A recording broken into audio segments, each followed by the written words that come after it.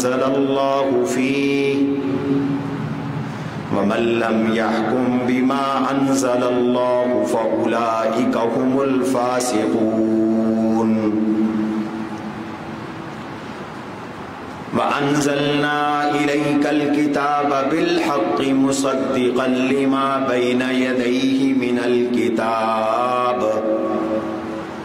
الكتاب ومهيمنا عليه فاحكم بينهم بما أنزل الله ولا تتبع أهواءهم عما جاءك من الحق لكل جعلنا منكم شرعة ومنهاجا وقال تبارك وتعالى في موضع آخر ولو أنهم أقاموا التوراة والإنجيل وما أنزل إليهم من ربهم لأكلوا من فوقهم ومن تحت أرجلهم منهم أمة مقتصدة وكثير منهم ساء ما يعملون وقال تعالى قل يا أهل الكتاب لستم على شيء حتى تقيموا التوراة والإنجيل وما أنزل إليكم من ربكم وليزيدن كثيرا منهم ما أنزل إليك من ربك طغيانا وكفرا فلا تأس على القوم الكافرين وقال تعالى ولتكن منكم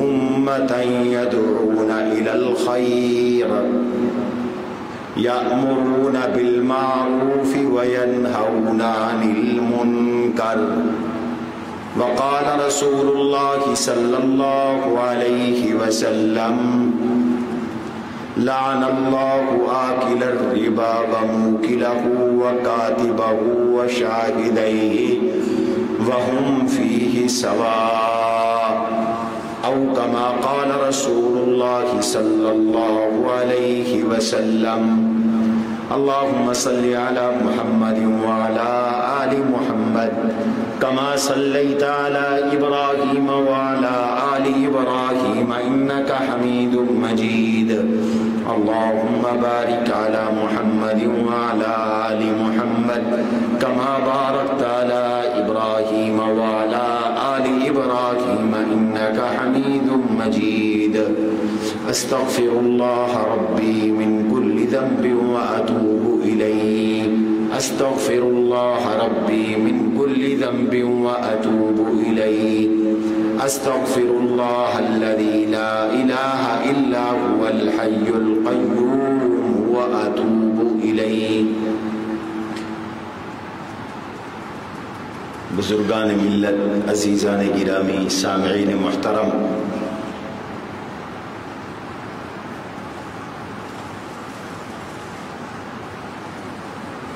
آج کی مجلس میں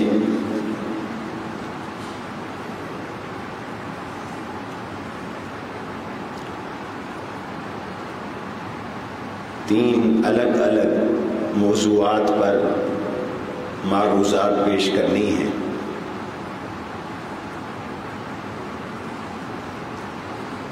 نمبر 1 سود کی حرمت پر اور سود کے نقصانات پر معروضات پیش کرنی ہیں۔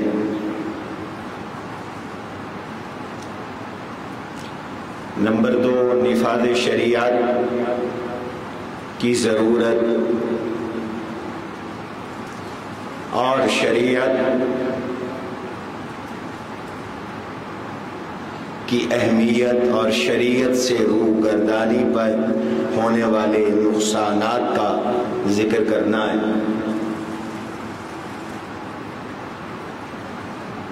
نمبر 3 دعوت دین اور امر بالمعروف نہی عن المنکر، تبلیغ دین کے بارے میں کچھ معروضات عرض کرنا۔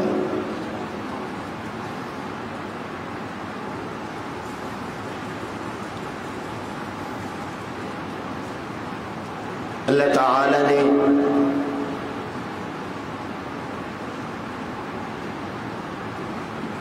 ان تمام چیزوں کو ازل سے ابد تک حرام کیا جو انسان کی جان یا انسان کے ایمان کے نقصان کا ذریعہ۔ بعض احکام ایسے ہیں اللہ کے جو سب شریعتوں میں مشترک ہیں۔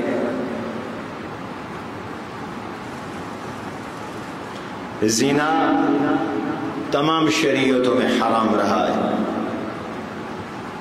بے حیائی اور بدکاری کسی دور میں جائز نہیں رہی۔ ازل سے ہی اللہ نے نکاح کا سلسلہ جاری کیا۔ آدم علیہ السلام کو جب اللہ نے پیدا فرمایا، جنت میں رکھا، تو ساتھ ہی حضرت حوا کو پیدا کیا اور ان کا نکاح کرایا۔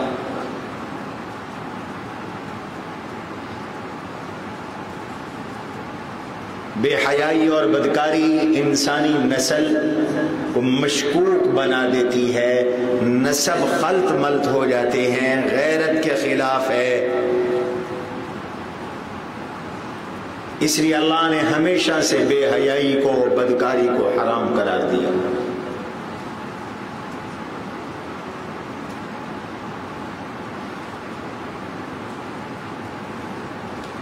ایسے ہی میرے اللہ نے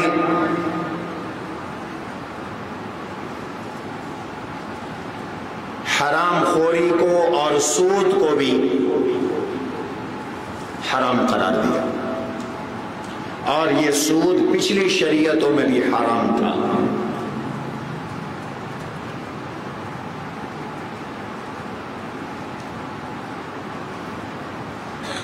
اللہ تعالی نے سود کی حرمت کا ذکر قرآن کریم میں فرمایا،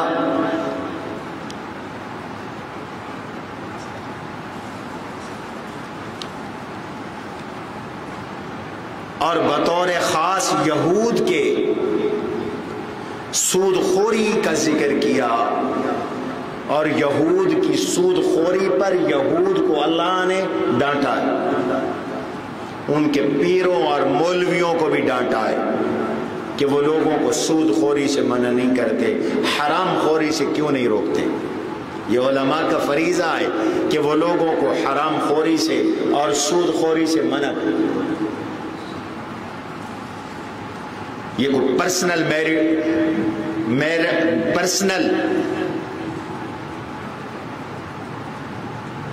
میٹر نہیں ہے کسی کا کہ کوئی سود کھا رہا ہو اور اسے کچھ نہ کہا جائے۔ اللہ نے حکم دیا لوگوں کو روکو۔ یہودیوں کے بارے میں اللہ نے ذکر کیا، وَتَرَى كَثِيرًا مِّنْهُمْ يُسَارِعُونَ فِي الْإِثْمِ وَالْعُدْوَانِ وَأَكْلِهِمُ السُّحْتَ لَبِئْسَ مَا كَانُوا يَعْمَلُونَ۔ ان میں سے اکثر کو دیکھو، وہ گناہ میں، ظلم میں، حرام کھانے میں ایک دوسرے سے آگے بڑھ رہے ہیں۔ ان کی دوڑ لگی ہوئی ہے، ہر ایک چاہتا ہے میں دوسرے سے زیادہ گناہ کروں، ہر ایک یہ چاہتا ہے میں دوسرے سے زیادہ ظلم کروں، ہر ایک یہ چاہتا ہے میں دوسرے سے زیادہ حرام کھاؤں، دوسرے سے زیادہ رشوت لے لوں، دوسرے سے زیادہ سود وصول کروں، اور دوسرے سے زیادہ حرام خوری کروں۔ قرآن کہتا ہے لبئس ما کانوا یعملون، گندے اعمال ہیں تمہارے، تمہاری حرام خوری، تمہارا ظلم و ستم، تمہارا لوگوں کے اوپر ظلم و ستم کرنا، گناہوں میں مبتلا ہونا بہت گندی حرکت ہے۔ یہ مجرم ہیں. صرف یہ مجرم نہیں، اللہ نے کہا ان یہودیوں کے پیر اور مولوی بھی مجرم ہیں. وہ مداہنت کرتے ہیں، ان کو حرام خوریوں سے روکتے نہیں. آج بھی کتنے مولوی صاحبان ہیں سود خوروں کی دعوتوں میں جا کر میلادیں پڑھتے ہیں، کل پڑھتے ہیں، چیلم پڑھتے ہیں، اور ایک جملہ حق نہیں بولتے. انہیں خطرہ ہوتا ہے خان صاحب ناراض ہو جائیں گے، چودھری صاحب ناراض ہو جائیں گے، ملک صاحب ناراض ہو جائیں گے، پیر صاحب ناراض ہو جائیں گے، شاہ صاحب ناراض ہو جائیں گے. یہی حرکتیں یہودیوں کے پیر اور مولوی کرتے تھے. میرے اللہ نے ان کے بارے میں سورہ مائدہ میں صاف ارشاد فرما دیا، لولا ينهاهم الربانيون والأحبار لولا ينهاهم الربانيون والأحبار عن قولهم الإثم وأكلهم السحت لبئس ما كانوا يصنعون. لولا ينهاهم الربانيون والأحبار، ان کے پیر، ان کے مشائخ، والاحبار حبر کی جمع، ان کے عالم، ان کے مولوی، انہیں گناہ کی باتیں کرنے سے کیوں نہیں روکتے؟ حرام کھانے سے، سود کھانے سے، رشوت کھانے سے انہیں کیوں نہیں روکتے؟ لبئس ما كانوا يصنعون. جو کچھ پیر اور مولوی کر رہے ہیں یہ بھی برا کر رہے ہیں، اور جو کچھ عوام کر رہے ہیں وہ بھی برا کر رہے ہیں. اللہ نے ان یہودیوں کا کیوں تذکرہ کیا؟ ان کے مولویوں اور پیروں کا تذکرہ کیوں کیا؟ اس لیے کیا کہ میری امت وہ ان گناہوں سے دور رہے، اور میرے امت کے مولوی اور پیر اس روش سے دور رہے، عوام بھی حرام سے بچے، ظلم سے بچے، اللہ کی نافرمانی سے بچے. اور مولویوں کو چاہیے، پیروں کو چاہیے، مفتیوں کو چاہیے، علماء کو چاہیے، مشائخ کو چاہیے، دینی جماعتوں کے لیڈروں کو چاہیے کہ وہ اگر قوم حرام کاری میں، حرام خوری میں، ظلم اور زیادتی میں اور گناہ میں مبتلا ہو تو ان کی زبانوں پر تالے نہ لگ جائیں، وہ گونگے نہ بن جائیں، بلکہ لوگوں کو ان گناہوں سے منع کریں، روکیں. اللہ نے اس لیے ذکر کیا، روکو لوگوں کو کہ وہ سود نہ کھائیں. ملک کا اگر نظام سودی ہو تو علماء کا فرض ہے کہ وہ جد و جہد کریں ملک سے سود ختم ہو جائے.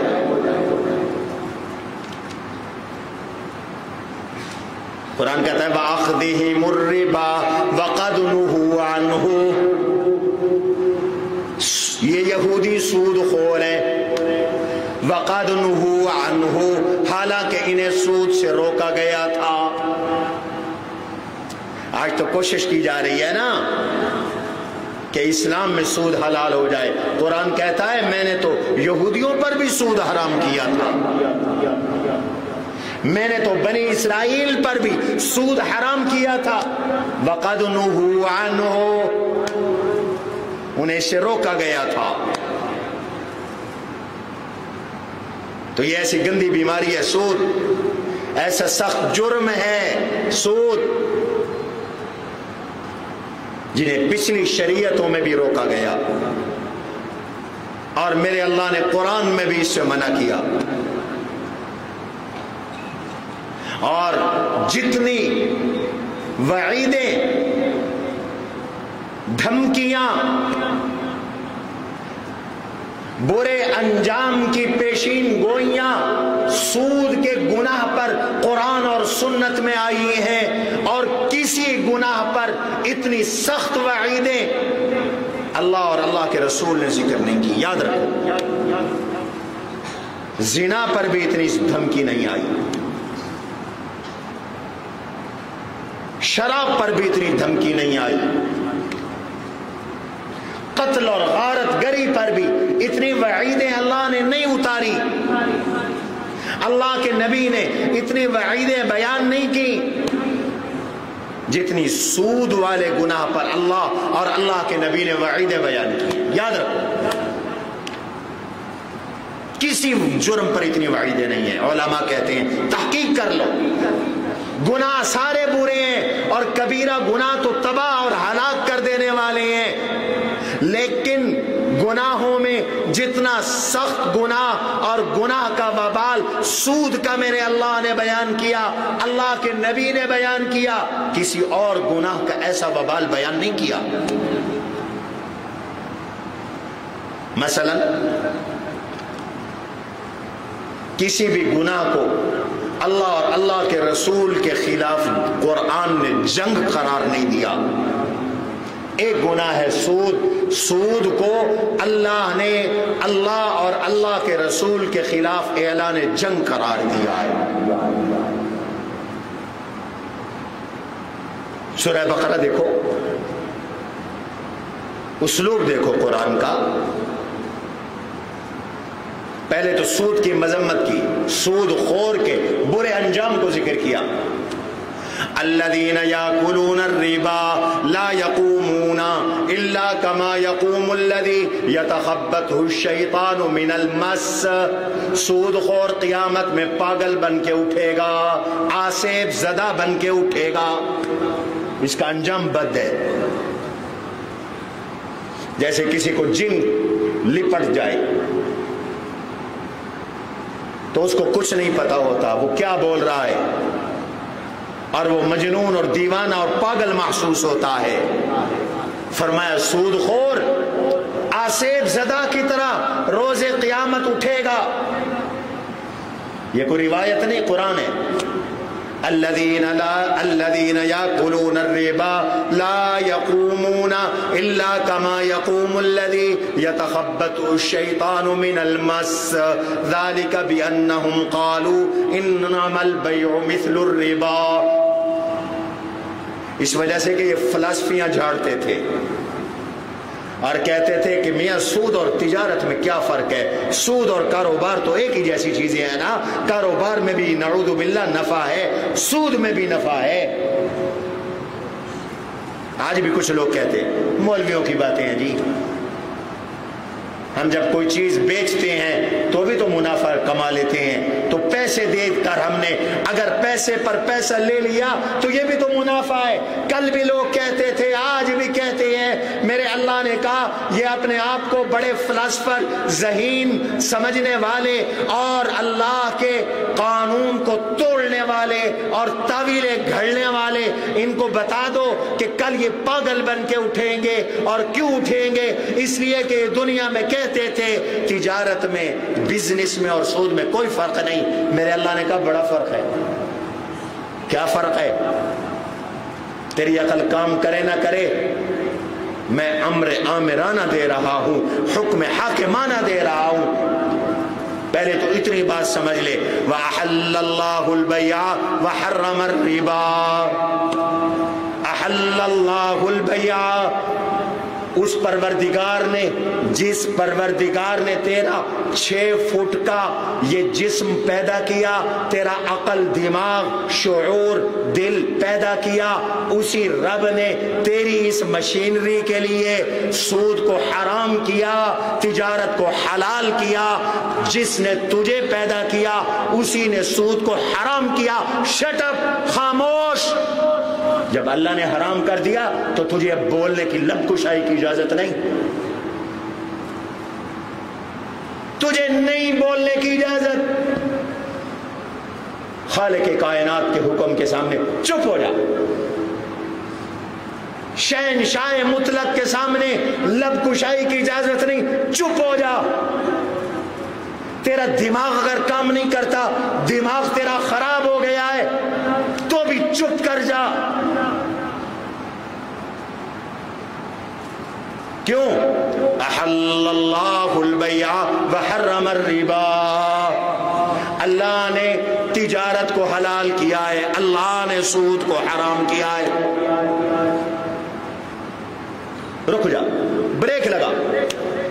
خبردار، سود کو حلال نہیں کرنا. ورنہ دنیا بھی تیری خراب، آخرت بھی خراب، آخرت میں پاگل بن کے اٹھے گا، دنیا میں ناکام ہوگا۔ کیوں؟ یا ایھا الذین آمنوا اتقوا اللہ وذروا ما بقی من الربا ان کنتم مؤمنین۔ اللہ سے ڈرو، جو کچھ بچت ہو گئی ہے، جو کچھ مال بچا ہوا ہے، اس میں سود چھوڑ دو، آئندہ بزنس، آئندہ کاروبار سودی مت کرو۔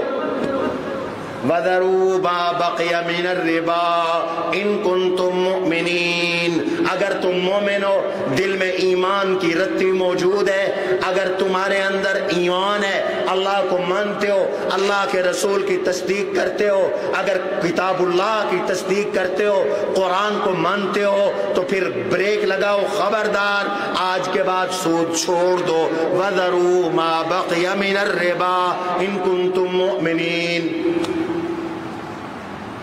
ایمان کا تقاضا ہے، سود چھوڑ دو۔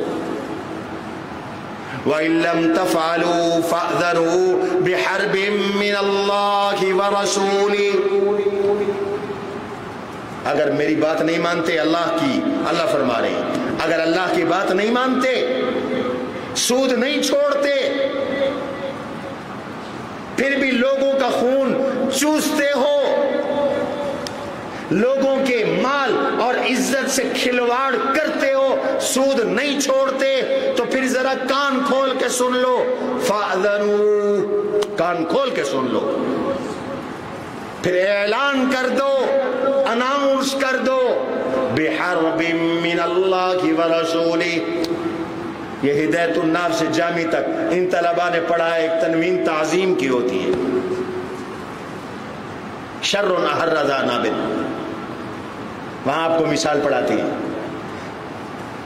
فَأْذَنُوا بِحَرْبٍ، حربٍ پہ تنوین تعظیم کی ہے، کیا معنی؟ اگر تم سود نہیں چھوڑتے تو تم یاد رکھو، پھر اللہ اور اللہ کے رسول سے تمہاری ایک بڑی جنگ کا اعلان سن لو، پھر تمہاری اللہ اور اللہ کے رسول سے ایک بڑی جنگ شروع ہو گئی ہے۔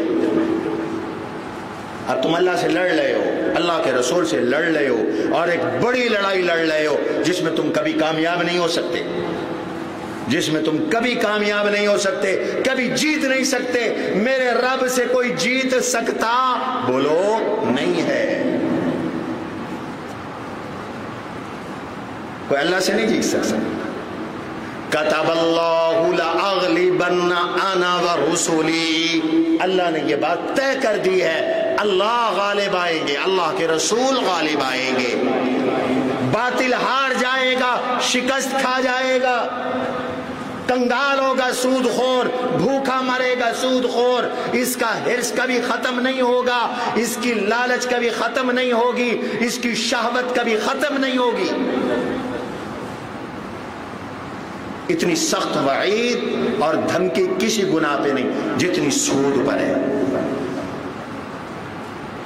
کبھی فرمایا یا ایھا الذین آمنوا لا تأکلوا الربا اضعافا مضاعفا، مرکب سود بھی نہ کھاؤ، دگنا چگنا سود بھی نہ کھاؤ۔ جیسے آج کل تمہارے بزنس مین کرتے ہیں، چلو اس فصل میں کھاد کے پیسے پورے نہیں ہوئے، اگلی فصل میں دے دینا، اور اتنے % منافع اور ہو گیا۔ یہ تو منافع نہیں کھا رہا، یہ تو جہنم کے انگارے کھا رہا ہے ظالم۔ مفتیان کرام اور علماء سے پوچھ کر کاروبار کرو، ورنہ سود میں چلے جاؤ گے۔ قسطوں کا کاروبار بھی جائز ہے، لیکن شرائط کے ساتھ، اگر وہ شرائط توڑو گے تو سود کھاؤ گے، حرام کھاؤ گے۔ یہ جامعہ فاروقیہ میں آپ کی خدمت کے لیے مفتیان کرام بیٹھے ہیں، ان سے پوچھا کرو کہ کیا حلال ہے، کیا حرام ہے، کیا جائز ہے، کیا ناجائز ہے۔ خود مفتی نہ بنا کرو، جیسے خود ڈاکٹر بننے کی اجازت نہیں ہے کہ اپنا علاج خود شروع کر دو، ایسے اپنے دماغ سے فتوے نہ دیا کرو۔ حلال حرام کے مسائل نازک ہیں، پوچھو۔ بڑی سخت وعید ہے سود۔ میرے نبی نے فرمایا الربا 36 جزءا، سود کے 73 نقصان، سود کے 63 نقصان ہے، 36 نقصان ہے سود کے 36۔ ادناہا ان ينكح الرجل، ادناہا سب سے کم ترین گناہ یہ ہے، سب سے کم ترین گناہ یہ ہے کہ ایک آدمی 36 بار بدکاری کرے، اور ایک روایت میں آتا ہے سود کے 70 سے زیادہ گناہ ہے، اور کم از کم گناہ یہ ہے کہ اپنی ماں کے ساتھ کوئی شخص منہ کالا کرے۔ ان ينكح الرجل امه، ماں کے ساتھ بدکاری کرنا یہ سود کا کم از کم گناہ ہے، چھوٹے سے چھوٹا وبال ہے سود کا۔ اور جو کسی طرح بھی سود کے عمل میں شریک ہے، میرے نبی نے اس پہ لعنت فرما دی۔ لعن اللہ آکل الربا وموکلہ وکاتبہ وشاہدہ وہم فی سواء، او کما قال، اللہ کی پھٹکار ہو سود کھانے والے پر۔ میں نہیں کہہ رہا، ناراض نہ ہونا، حضور فرما رہے کوئی بچ نہیں سکتا، کوئی سود خور بچ نہیں سکتا۔ لعن اللہ آکل الربا، اللہ کی لعنت ہے سود کھانے والے پر، وموکلہ سود کھلانے والے پر، وکاتبہ سود لکھنے والے پر۔ یہ کئی عرضی نویس لکھ رہے ہوتے ہیں سودی کاروبار، حرام ہے، لعنت ہے۔ اس لیے عام بینک کی نوکری بھی حرام ہے، بینک میں کیشیئر کی نوکری، اکاؤنٹنٹ کی نوکری اس لیے حرام ہے کہ ان کو سود لکھنا پڑتا ہے،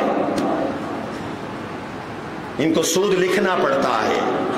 اور حضور نے فرمایا سود لکھنے والے پہ بھی لعنت۔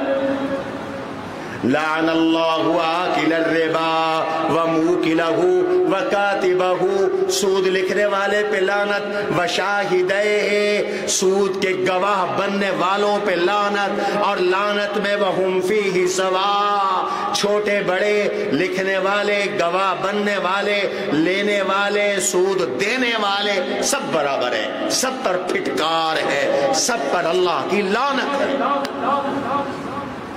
یہ اتنا بڑا جرم ہے سود، اور پھر دنیا بھی اس کی تباہ ہے۔ قرآن کہتا ہے یمحق اللہ الربا ویربی الصدقات، اللہ سود مٹاتے ہیں، صدقے بڑھاتے ہیں۔ بظاہر سود میں مال آ رہا ہے، صدقوں سے مال جا رہا ہے، لیکن میرے رب کا فرمان سچا ہے، دیکھنے میں سود میں پیسہ آ رہا ہے، حقیقت میں کاروبار بیٹھ رہا ہے، صدقے میں حقیقت میں پیسہ گھٹ رہا ہے، اللہ کی طرف سے پیسے میں برکت ہو رہی ہے، پیسہ بڑھ رہا ہے۔ کہتے ہیں سود سے اگر کوئی شخص دولت مند بنے تو اس کو یوں سمجھ لو جیسے کوئی سوجن کی وجہ سے موٹا ہو گیا ہو، تو جو بیماری کی وجہ سے، سوجن کی وجہ سے موٹا ہو جائے وہ موٹا نہیں ہوا کرتا۔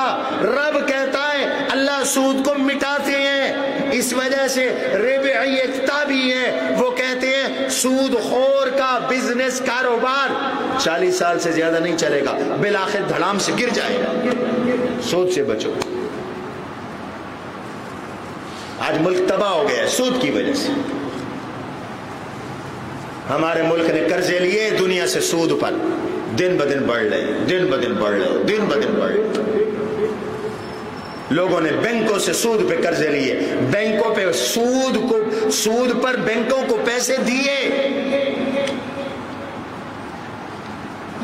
یہ سود نحوست لایا ہے ملک میں، اس نے ہماری معیشت کو تباہ اور برباد کر دیا، رب کو ناراض کر دیا، اللہ سے ہم نے جنگ چھیڑ دی، اللہ کے رسول سے جنگ چھیڑ دی۔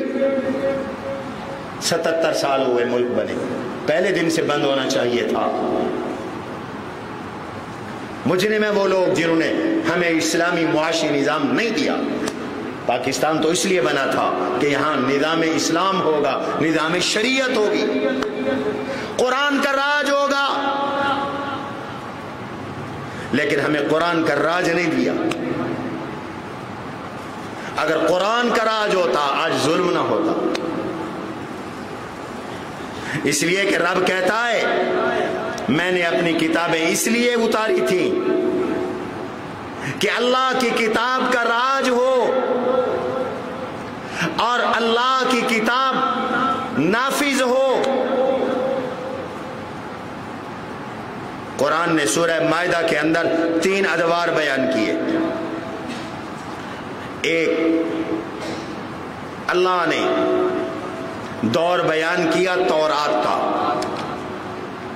ایک دور بیان کیا انجیل کا، اور ایک دور بیان کیا اللہ نے قرآن کا۔ پہلے اللہ نے تورات کا دور بیان کیا اور ارشاد فرمایا انا انزلنا التوراۃ فیہا ھدی ونور، ہم نے تورات اتاری تھی، اس میں ہدایت بھی تھی، اس میں نور بھی تھا۔ کیوں اتاری تھی؟ ختم درود، ایصال ثواب، بس تعویذ گنڈا نہیں۔ یحکم بها النبیون الذین اسلموا للذین ہادوا والربانیون والاحبار بما استحفظوا من کتاب اللہ وکانوا علیہ شہداء۔ میں نے تورات اس لیے اتاری تھی کہ اس تورات سے نبی بھی اور اس تورات سے بزرگان دین بھی، اس تورات کے ساتھ علماء بھی فیصلے کریں۔ فیصلے تورات کے مطابق ہو، نظام عدالت اس وقت حکم تھا تورات کے مطابق ہو، نظام معیشت تورات کے مطابق ہو۔ کیوں؟ بما استحفظوا من کتاب اللہ، تمہیں اللہ نے اپنی کتاب کا محافظ بنایا تھا اور اللہ نے حکم دیا تھا فلا تخشوا الناس واخشونی، لوگوں سے نہ ڈرنا، مجھ سے ڈرنا۔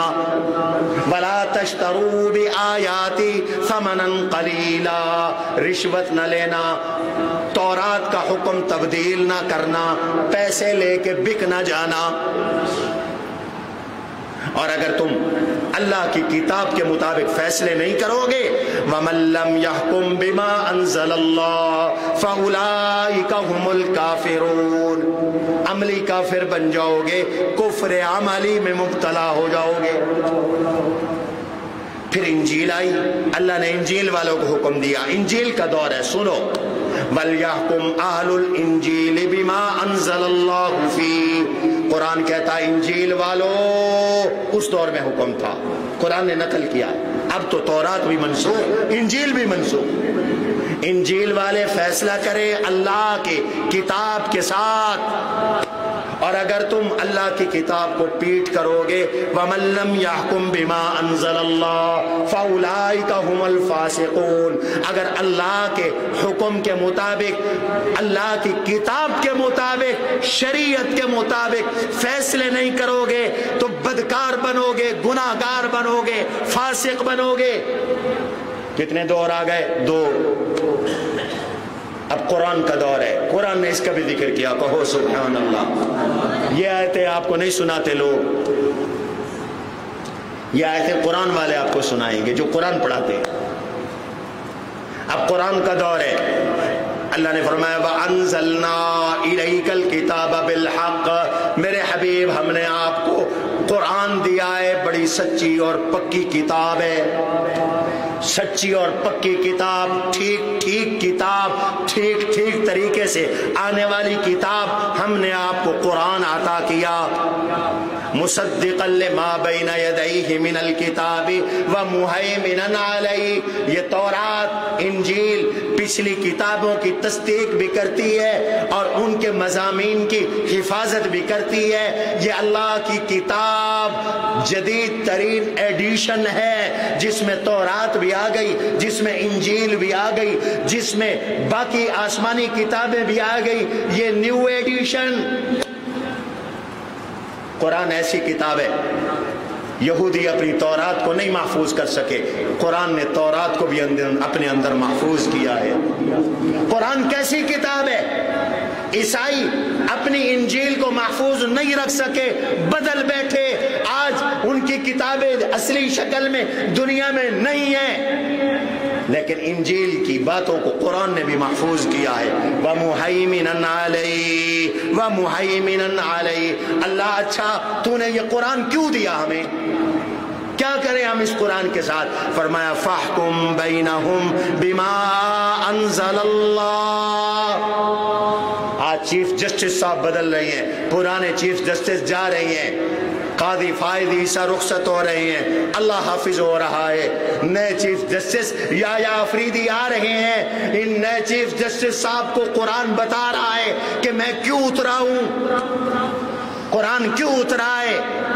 اللہ کہتے ہیں فَاحْكُمْ بَيْنَهُمْ، میرے حبیب قرآن سے فیصلے کرو۔ فَاحْكُمْ بَيْنَهُمْ بِمَا أَنزَلَ اللَّهُ، قرآن سے فیصلے کرو، اللہ کی کتاب سے فیصلے کرو، نبی کی سنت سے فیصلے کرو، وحی کے علوم سے فیصلے کرو، انگریز کے قانون سے نہیں۔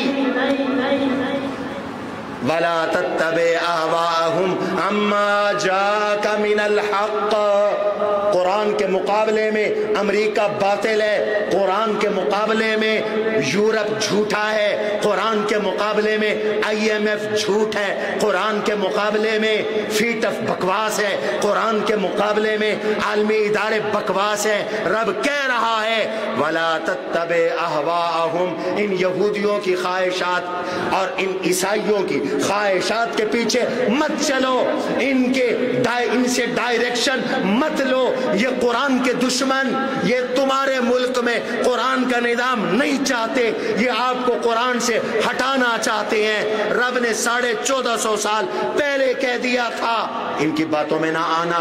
آج تمہارے حکمران ان کی باتوں میں آ کر قرآن کو عدالتوں میں آنے نہیں دیتے، قرآن کو معیشت میں آنے نہیں دیتے، قرآن کو بینکوں میں ابھی روکا ہوا ہے۔ میرے اللہ نے تو 1450 سال پہلے کہہ دیا لِكُلٍّ جَعَلْنَا مِنْكُمْ شِرْعَةً وَمِنْهَاجًا، ہر امت کی اپنی شریعت ہے، ہر امت کی اپنی طریقت ہے۔ شِرْعَةً شریعت، منہاجا طریقت، ہر امت کی اپنی ایک شریعت ہے، ہماری بھی ایک شریعت ہے۔ او امریکیوں، ہمیں شریعت پہ چلنے دو، میرے رب کا حکم ہے شریعت پہ چلو، اور شریعت پہ اگر چلو گے تو رب کہتا ہے میں وہ تمہیں دوں گا جو آج تم سوچ نہیں سکتے۔ اللہ اکبر۔ اللہ آپ کیا دیں گے؟ یہ سورہ مائدہ میں اللہ نے سب کچھ بتا دیا ہے، سبحان اللہ۔ اللہ کہتے ہیں وَلَوْ أَنَّهُمْ أَقَامُوا التَّوْرَاةَ وَالْإِنْجِيلَ وَمَا أُنزِلَ إِلَيْهِمْ مِنْ رَبِّهِمْ، اگر یہودی اپنے دور میں تورات کو نافذ کرتے، عیسائی اپنے دور میں انجیل کو نافذ کرتے، اور مسلمانوں اگر تم آج اپنے دور میں قرآن کو نافذ کر دو، پھر کیا ہوگا؟ قرآن کہتا ہے تمہاری معیشت ٹھیک کر دوں گا، رب کہتا ہے تمہاری معیشت ٹھیک کر دوں۔ میں کوئی بات اپنی طرف سے نہیں کہہ رہا، قرآن سے آپ کو بتا رہا ہوں، قرآن کا وعدہ ہے رب تمہاری معیشت ٹھیک کر دے گا۔ کیسے؟ سورہ مائدہ آیت نمبر 66، جا کے ترجمہ دیکھ لینا، سورہ مائدہ آیت نمبر 66، میرا رب کہہ رہا ہے لو انہم اقاموا التوراة والانجیل وما انزل الیہم من ربہم، قرآن پر چلو، قرآن کو عدالتوں میں لاؤ، قرآن کو تخت پہ لاؤ، قرآن کا نظام تم معیشت میں لاؤ، قرآن کا نظام معیشت لاؤ، قرآن کا نظام تعلیم لاؤ، قرآن کا نظام عدالت لاؤ، قرآن کا نظام سیاست لاؤ، قرآن کا نظام اقتصاد لاؤ، تو کیا ہوگا؟ رب کا وعدہ ہے، اور میرے رب کا کوئی وعدہ غلط ہو سکتا؟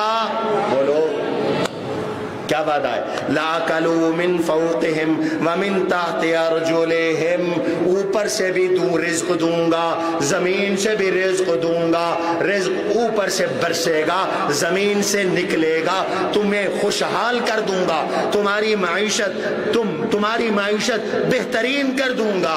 مِنْهُمْ أُمَّةٌ مُقْتَصِدَةٌ وَكَثِيرٌ مِّنْهُمْ سَاءَ مَا يَعْمَلُونَ۔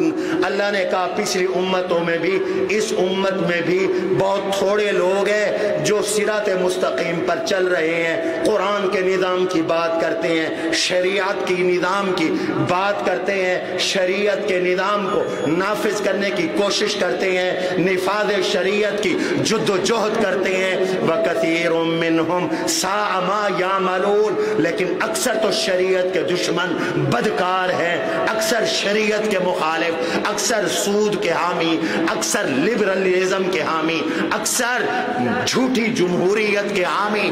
اللہ نے کہا سَاءَ مَا يَعْمَلُونَ، گندے عمل کرنے والے، شریعت دشمنی کے اعمال کرنے والے ہیں۔ اللہ نے یہ بھی ہمیں قرآن میں بتا دیا، شریعت نافذ کرو۔ تم نے قوم سے وعدہ کیا تھا، پاکستان کا مطلب کیا؟ لا الہ الا اللہ۔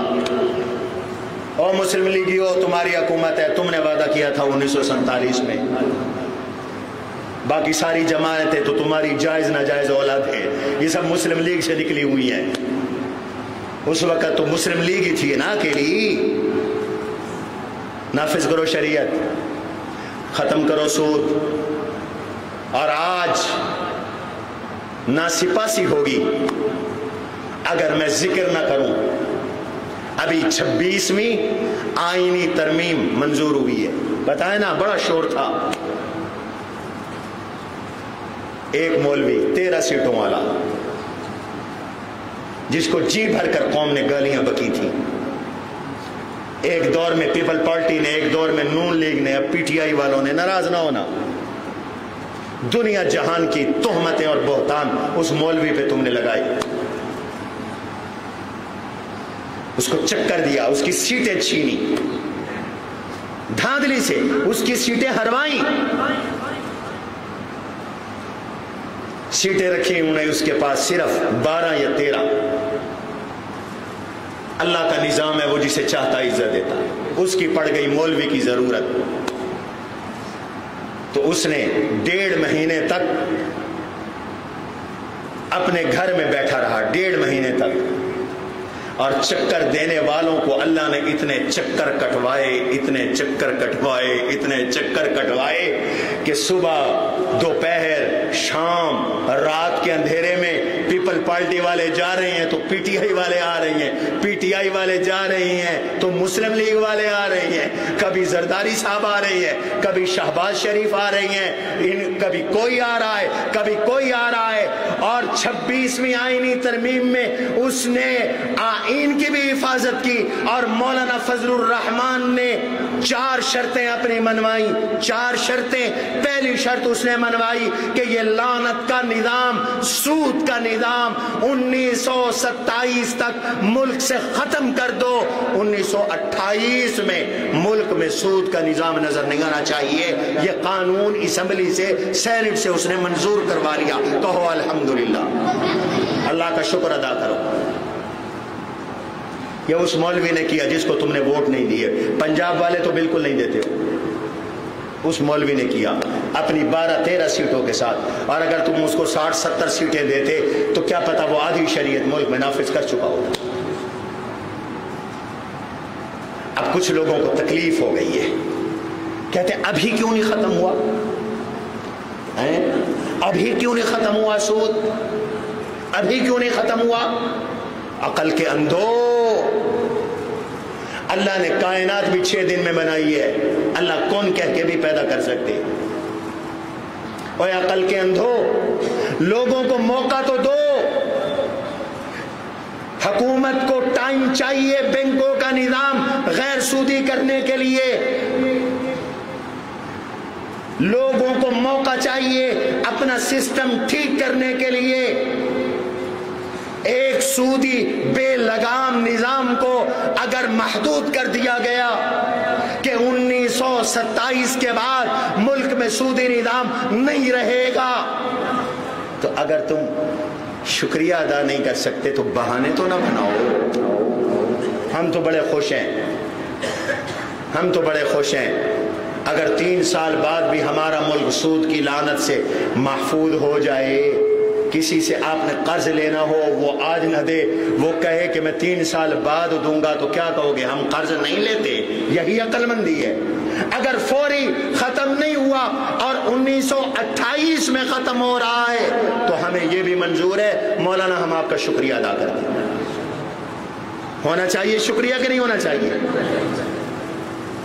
اور ہم حکومت سے مطالبہ کرتے ہیں کہ وہ سچے دل کے ساتھ یہ جو قانون بنا اس قانون پہ عمل کرے، قانون شکنی مت کرے۔ آج سے ملک میں سود کو بیک گیر لگ جانی چاہیے، بینک اپنا نظام ٹھیک کر لے۔ وفاقی شرعی عدالت نے فیصلے کیے سود کے خلاف، تمہارے یونائٹڈ بینک، فلاں بینک سپریم کورٹ سے انہوں نے سٹے لے لیے، کئی سال سے سٹے چل رہے ہیں۔ اب مولانا نے یہ بھی قانون بنوا دیا کہ وفاقی شرعی عدالت کا جو فیصلہ ہوگا اس کے خلاف اگر کوئی سپریم کورٹ میں جائے گا 1 سال کے اندر سپریم کورٹ فیصلہ کرے گی، 1 سال کے اندر۔ اور اگر 1 سال کے اندر وہ فیصلہ نہیں کرتی تو شریعت کا فیصلہ نافذ ہو جائے گا، آٹومیٹک ملک کا قانون بن جائے گا، اس سے شریعت نافذ ہوگی۔ یہ شریعت کی راہ اس سے ہموار ہو گئی۔ تیسرا، اسلامی نظریاتی کونسل آئینی ادارہ ہے، وہ فیصلہ کرتا ہے ملک کا کون سا قانون شریعت کے خلاف ہے، اس کو شریعت کے مطابق ہونا چاہیے۔ آپ کی حکومتیں مانتی نہیں تھیں، اس پر قانون سازی نہیں کرتی تھیں۔ مولانا فضل الرحمان نے یہ قانون بنوا دیا ہے کہ اسلامی نظریاتی کونسل جو کہے گی تمہیں وہ اسمبلی میں ڈیبیٹ کے لیے پیش کرنا پڑے گا، اور اس پر قانون سازی ہو چکی۔ اور آئندہ جو تم قانون بناؤ گے، کتنے قانون شریعت کے خلاف بن چکے، آئندہ جو تم قانون بناؤ گے پہلے اسلامی نظریاتی کونسل کو بھیجو گے، وہ یہ بتائے گی کہ یہ شریعت کے خلاف تو نہیں۔ اگر شریعت کے خلاف ہے، آئین میں قرآن و سنت کو بالادستی حاصل ہے، وہ قانون تم نہیں بنا سکو گے۔ یہ کچھ چھوٹی کامیابی ہے۔ اور سب سے بڑی کامیابی یہ ہمارے مدارس 2018 سے اس کی رجسٹریشن گورنمنٹ نے بند کی ہوئی ہے، ہمیں رجسٹرڈ ہی نہیں کرتے خود نہیں، پھر کہتے مولوی مدرسے رجسٹرڈ نہیں کرواتے۔ مولانا نے کہا کہ اگر 26ویں آئینی ترمیم تمہارے اقتدار کے لیے منظور ہوگی تو پھر ساتھ مدرسوں کی رجسٹریشن کا قانون بھی تمہیں منظور کرنا پڑے گا۔ وہ منظور ہو گیا قومی اسمبلی اور سینٹ سے۔ اب مدارس کی رجسٹریشن کا قانون جیسے مدارس چاہتے تھے الحمدللہ منظور ہو گیا۔ اس لیے آج کا دن ہم یوم تشکر کے طور پہ منا رہے ہیں۔ ہم کہہ رہے ہیں یا اللہ ملک سے سود ختم ہو جائے، ہم تیرا شکر ادا کرتے ہیں، مدرسے محفوظ ہو جائے، ہم تیرا شکر ادا کرتے ہیں، شریعت کے نفاذ کا راستہ مل جائے، ہم تیرا شکر ادا کرتے ہیں، غیر اسلامی قانون ملک سے ختم ہو جائیں، ہم تیرا شکریہ ادا کرتے ہیں۔ تم بھی کرتے ہو کہ نہیں کرتے؟ جو کرتے ہو ہاتھ کھڑا کرو، جو کرتے ہو ہاتھ کھڑا، اونچا اونچا اونچا اونچا ہاتھ کھڑا کرو۔ اللہ تعالیٰ قبول کرے، اللہ ہمارے ملک میں شریعت نافذ کرے۔ 2 باتیں میری ختم ہو گئیں، اور تیسری بات، اللہ نے ہمیں حضور آخری نبی دیے، اور تم تبلیغ والوں سے سنتے ہو نبی کے بعد نبی آتے تھے اور آ کر دعوت دیتے تھے۔ اب حضور کے بعد کوئی نبی نہیں ہے تو نبیوں والا کام اللہ نے امت کے ذمہ لگایا ہے، اور وہ کام ہے امر بالمعروف نہی عن المنکر، دین کی دعوت، دین کی تبلیغ، دین دوسروں تک پہنچانا۔ میرے نبی نے فرمایا ہے بلغوا عنی ولو آیا، ایک آیت بھی سیکھو آگے پہنچاؤ۔ میرا رب کہتا ہے کنتم خیر امت اخرجت للناس تأمرون بالمعروف وتنہون عن المنکر، تم بہترین امت ہو، اس لیے ہو کہ تم امر بالمعروف کرتے ہو، دوسروں کو نیکی کا حکم دیتے ہو اور گناہوں سے روکتے ہو۔ میرا رب کہتا ہے، اللہ کہتے ہیں وَلْتَكُمْ مِنْكُمْ